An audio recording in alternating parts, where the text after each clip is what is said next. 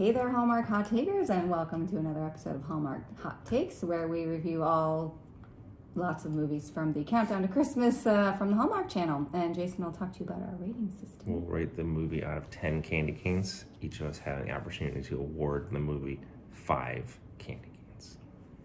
And it's going to be great. So tonight we are reviewing Open by Christmas, starring Allison Sweeney, Erica Durance, Brennan Elliott, and Michael Carey Richard. So I'm just going to move into the rapid recap portion of this. So meet Nicki, who is a efficiency consultant of some sort, who goes home for Christmas, and her parents have decided that they're going to downsize their house, and she's going through some old boxes and finds among one of her old high school textbooks a Christmas card that is a love letter that is unsigned. So Nicki is intrigued because in high school, she didn't really have the best high school experience. She had a really embarrassing valedictorian speech where she broke into song and everybody started laughing at her. And so she's intrigued by this, and she tells her best friend Simone, and Simone kind of convinces her, well, hey, let's try and find out who this is. So they kind of go through a bunch of people from high school who they think it might be, and they actually run into some of them, and we slowly weed out candidates. And Nicki is finding out from all these people that she talks to at high school, where she thought nobody knew who she was. She's finding out that actually people really highly regarded her in high school and thought she was a really nice person, and she was always really encouraging. And so she kind of goes from feeling really bad about how high school went to saying, hey, well, maybe it wasn't as bad as I thought it was. So even though she doesn't know who wrote her the letter, and she's still intrigued about it, she's in a better place. And then her friend Simone is engaged to be married to Jeremy, who, unbeknownst to Simone, has purchased her dream house and is getting it ready with her son. But Simone, not knowing about this, is a little bit upset because Jeremy and her son are really not spending any time with her around Christmas. And so, they have some heart-to-heart about there. So there's kind of dual storylines going on around this. A lot of storylines. And then we meet Derek, who is the real estate agent who is going to sell Nicki's parents' house. And we find out that he's friends with Jeremy, and him and Nicki spend some time together because they're helping Jeremy fix up the house. And come to find out at the end of the movie, when they do the big reveal for Simone's big surprise house, that Derek is the one who wrote the letter, but he wasn't in the running because he actually graduated a year before her, so she didn't really remember him. And wouldn't you know, after 22 years and one divorce later, he still might have a little thing for her. So at the end of the movie, Nicki and Derek kiss, and Jeremy and Simone are happy, and it was a really great Christmas Eve party, and that was Open by Christmas. All right. So stay tuned. Stay tuned. No, that was the recap. Or the ratings. Yeah. You guys get it by now. I'll go first, and I start with my dislikes. Likes and dislike time. Dislike time. Dislike time. This is exciting. I thought it was a bold move that this guy buys a house without his fiance's knowing about it. Yeah, but then yeah.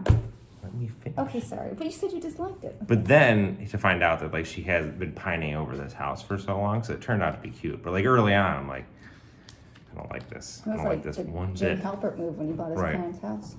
Yeah. And then she's trying to find this guy, and then she randomly gets to a yearbook. And I'm like, well, that's the first place you would go, would be a yearbook. I didn't like that. And then, well, they were trying to figure out, because he said, you congratulated me on our win after whatever, and they deduced it was a basketball player. So she was looking at the basketball players. But Derek didn't play basketball. He was on the debate team. Right. Also a nerd. I did not. So, and then it's 22 years later, and she's making a huge deal about it. But I'm like, it's so weird. It's so long ago. Because she had this really embarrassing valedictorian speech where she gave this speech that was bad, and then she broke into a song that she wrote herself, and everyone started laughing at her, and so she really was defined by her high school was defined. I get that, but 22 years later, so she's branched out to this maybe successful consulting thing. It seemed like it was very successful, but then she's still this card pops up, and it's just all encompassing, and I'm 22 years passed. This person probably is married, and moved on. Well, right. Like, but I think she didn't want it. It wasn't like, I don't think she wanted it for a romantic. She wanted to know who it was because it meant so much to her. I don't think she ever intended it to be. I just felt horrible for her. I'm like, wow, that means that much to you. Like, wow, your life. Yikes. I did not like the friend. I did not like her at all. I thought she Simone? Yes, I did not care for Simone at all in this movie. Like, why? She was just mean, like, the whole time. She wasn't mean. I have the B word written down over here. I thought she was mean to her disagree. son. I thought she was mean to Jeremy. This guy's like coming into this, like, wanting to be like the best stepdad ever, and she's like, oh, I guess we're not having these frozen pork chops I was gonna make because you're gonna go play basketball. Like, well, they kept ducking out on her, and she didn't know why. They were like icing her out, man. Okay. I'll tell you why they iced her out. Because she was mean. She's an ice princess. All right, what did you not like about this movie? I didn't like the first showing that Derek did at her parents' house, and they were there for it. And I was like, that is not okay. If I was, I would not be comfortable with the homeowners in the house. Because I've been to one of those before, and it's awkward as hell. And so I didn't like that. I will agree about Simone being a little defensive and emotional in the movie. I don't think it made her dislikable. To me, I think that she was just a little bit. She was vulnerable. Her son was going to be moving on, and in 3 years, heard it like 17 times. 3 years. I'm got 3 years. I agree. At the beginning of the movie, I was like, okay, you got to calm down. But then at the end of the movie, I liked her by the end. No one seems to work at all in this movie except for Derek. He's the only person working. Right. I don't know what anybody else does for jobs except for Nicki, who's clearly not working. And she planned to come to her parents' house for Thanksgiving, and she stayed until Christmas. Like she got a consultant firm, 6 so weeks she off, didn't. 6 weeks off of work. She's a consultant. She does whatever she wants. So she is talking to Derek about how she found this card, and she's explained to him, and she says she found it the other night. But it's already like 2 days before Christmas Eve, and she found it on Thanksgiving. So it wasn't the other night. It was over a month ago. And It was another night. the other night is like 2 days ago, not 6 weeks ago. But anyhow, those are my dislikes. Okay. What about likes? What did you like about this thing? I liked that the movie started at Thanksgiving. I thought that was pretty cool. That was a good twist. And I really like the relationship between Nicki and Simone as besties. They've been besties since they were 5, and I like their relationship. I like the way that they just kind of told each other the truth, because when Derek at one point had told Nicki that you seem to be scared from relationships and you're afraid of rejection, and she's like, Simone, could you believe he said that? And Simone's like, well, that's kind of true. And then when Simone was complaining to Nicki about how, her kid was, seemed to be pushing her away, and everyone said she was holding on too tight, and Nicki's like, well, you kind of are. You got to loosen up. So I think they had a so good hold on a relationship. second. So that's a good point you make there. So like there's this, we'll call it constructive feedback back and forth, right? And it goes really well one way to Nicki. But when the Nicki does it to Simone, she gets really mad and like pretty much just storms off. Well, right. But in the next scene, she's like, no, you were right. Right, but doesn't take it as well. She's a little defensive. Because, yeah, I didn't like that. I like that they mentioned bubble lights.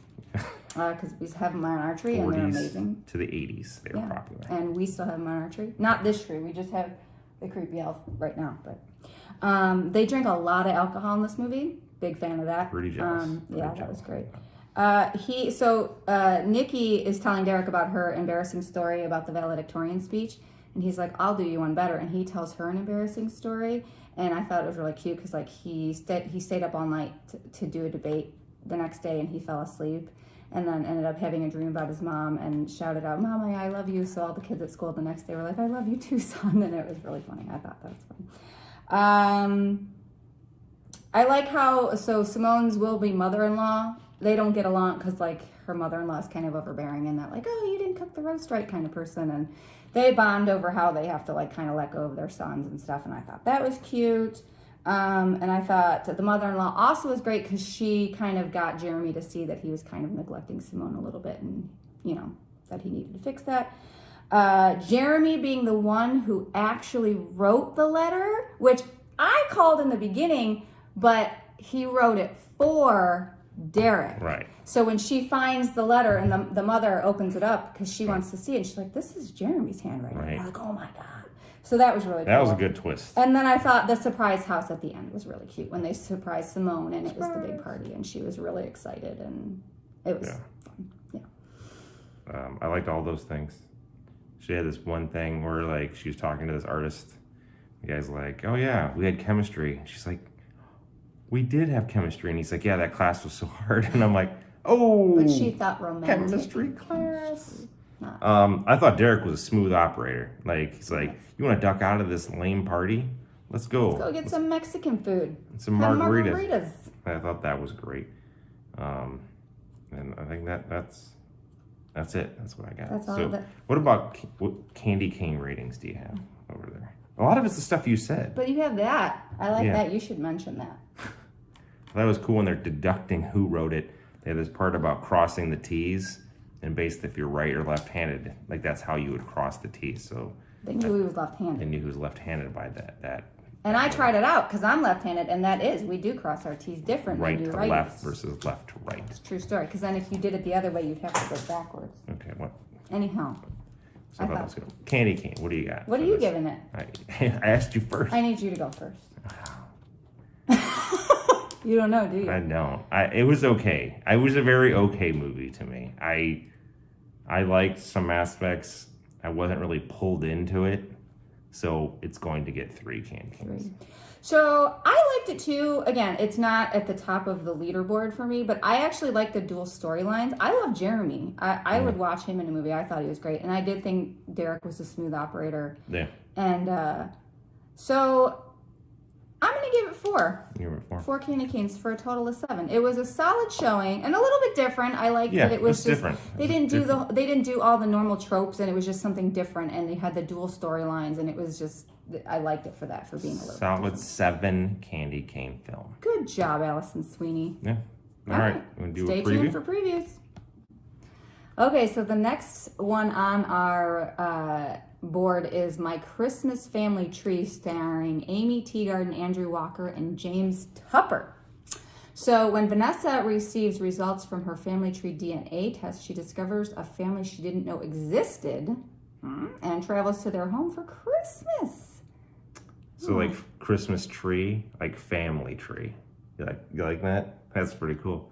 Yeah. This is sponsored by Ancestry.com. And 23andMe. 23andMe. All right, we'll see how it goes. Peace, everyone.